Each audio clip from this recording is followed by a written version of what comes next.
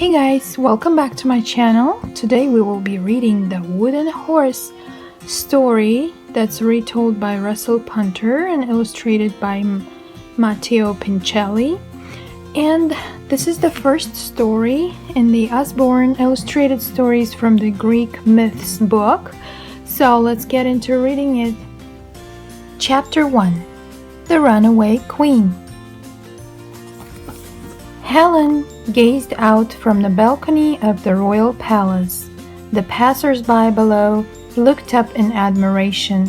Like everyone who saw her, they thought she was the most beautiful woman in the world. Helen led a life of luxury, but she wasn't happy. Helen was married to King Menelaus of Sparta. He was proud of his lovely wife and told her so every day. "I want you to stay by my side forever," he would say. Helen never dared tell him how she felt. One day, a young prince named Paris came to the palace. He was from the city of Troy across the Aegean Sea. He had come to arrange the release of his aunt, who was being held prisoner by the Greeks.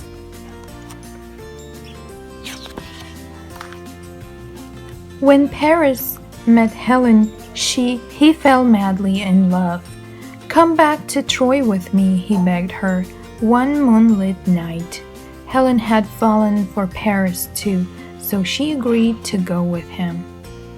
Menelaus was furious when he found out what happened. His servants quivered in terror as he stomped around the throne room. "Paris will pay for this," he roared. "I don't care how long it takes, I'll get Helen back." He immediately organized a meeting of all the kings of Greece. Chapter 2: The Trojan War. Almost all the kings agreed to help bring Helen home. Only Odysseus, an experienced soldier and king of Ithaca, didn't want to go. He had had enough of fighting, so he pretended to be crazy. Menelaus quickly saw through his ruse, and Odysseus was forced to join the campaign, whether he liked it or not. The next morning, Menelaus, Odysseus, and the other kings set sail with their army. Hundreds of ships crossed the sea to Troy. Many days later, the Greek ships reached land. The soldiers waded ashore and stormed up the beach. The kings rode ahead of them in their golden chariots. Soon Troy was in their sights. "Now all we have to do is get inside," said Odysseus, who wanted to get home quickly, but Troy was well defended. Time and again, the Greeks attacked the mighty Trojan citadel. But however hard they tried, they couldn't break in. The Trojans were fierce fighters who defended their stronghold from every attack. Despite this, the Greeks believed their enemy would crumble eventually. Little did they know just how long the war was set to last. Over 10 long years, 1,000 ships brought more soldiers across the Aegean Sea. The roads to Troy became worn down by the marching hordes.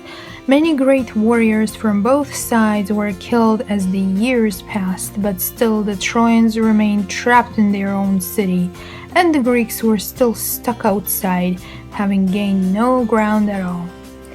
By now, the Greeks were beginning to give up. "We'll never get in," they cried. "The walls of Troy are unpenetrable." Then, one day, Odysseus had an idea. "It's pretty wild and it'll take a lot of nerve," he announced, "but we might just pull it off." Chapter 3: A Big Idea.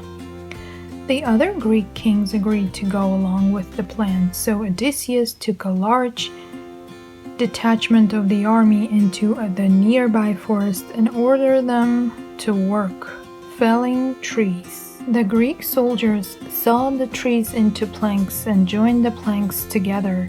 Piece by piece, Odysseus's idea slowly took shape. After days of hard work, the Greek army had a built, mighty, magnificent wooden horse. Odysseus admired the men's efforts. The massive beast was even more imposing than he dared hope. The other Greek kings were equally impressed at what had been achieved. Now, to put my plan into action, declared Odysseus. Chapter 4. Undercover. That night, the Greeks dragged the horse to the city gates. The huge creature was colossal weight, but little by little the soldiers edged the result of all their hard work for the gates of Troy. Quietly now, whispered Odysseus as they opened a small trapdoor in the horse's belly. Odysseus and some of his men climbed inside the hollow beast and closed the door behind. One soldier named Sinon crouched down behind a nearby rock and waited. Meanwhile, King Menelaus and the other Greeks went back to their ships and sailed out of sight. The first part of the plan was complete. The next morning, the Trojan guards couldn't believe their eyes when they looked outside. "The Greeks have gone!" cried one soldier. "And there's a giant horse outside," gasped another. "What on earth is going on?" The Trojans ran out of the city and gazed in wonder at the new arrival. It was time for Sinon to come out of hiding. "Who are you?" asked the soldier, raising his spear. "And what's this?" "I ran away from the Greek army," lied Sinon. "They built the horse." "But what's it for?" asked the soldier, staring up incredulously at the strange creature. "It's a gift for the goddess Athene," explained Sinon, "to bring them luck on the trip home." "Maybe it will bring us luck too," said the Trojan soldier, and he ordered that it be brought inside. The troops hauled the creature into the city. Inside the wooden horse, Odysseus smiled to himself. Chapter 5. The Army Awakes. The Trojans spent all day preparing a party to commemorate the end of the war. It was 10 long years since they'd had anything so wonderful to celebrate. The whole of Troy packed the streets. There was feasting, dancing, and singing, and the celebrations lasted long into the night. It was early morning before the Trojans eventually went to bed. Now, at last, Sinon could get to work.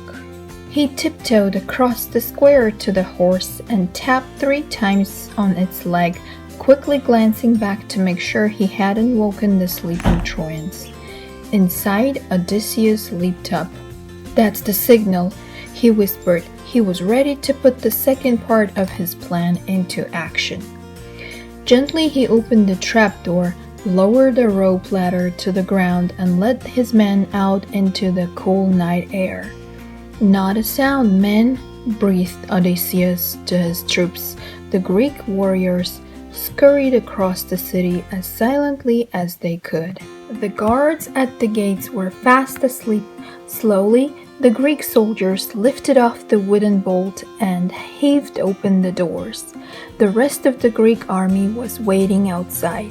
"We're back as planned," said the leading soldier. "Right, man," said Odysseus. "Now we attack." Chapter 6. The Final Battle. The Greek kings and their army stormed into the city. By the time the Trojans woke up and realized what was happening, it was too late. There was nothing to stop their enemies now. The Greek soldiers crashed through the streets and houses in search of Menelaus's wife. "Where's Helen?" they bellowed. "Give her up, you miserable Trojans!"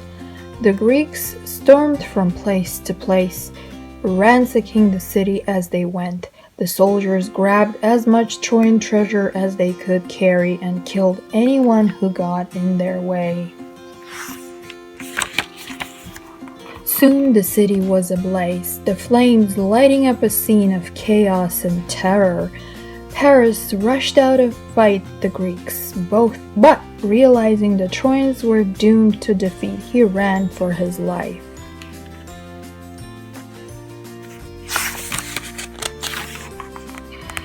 He wasn't quick enough. An order from Menelaus sent an arrow flying through the air, and Paris fell to the ground.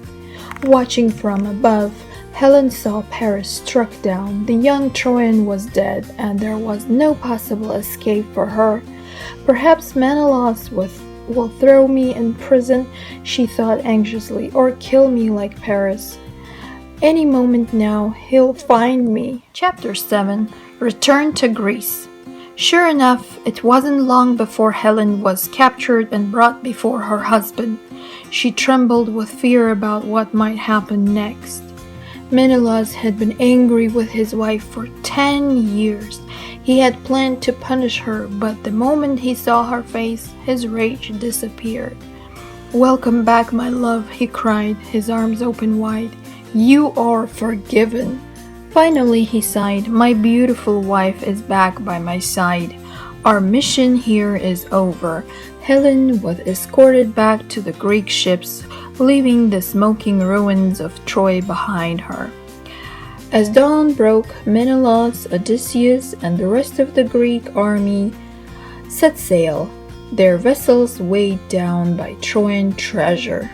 Helen didn't want to go back to Greece, but she had no choice. "At least I escaped with my life," she thought as she sailed away. Menelaus, meanwhile, stood on deck, a happy man. At long last he was reunited with his queen, whose beauty had launched 1,000 ships. So that's the end of our story, guys, and I hope you enjoyed listening to it with me, and in my next video I'll read another story from this wonderful book. Thanks again for watching, and bye for now.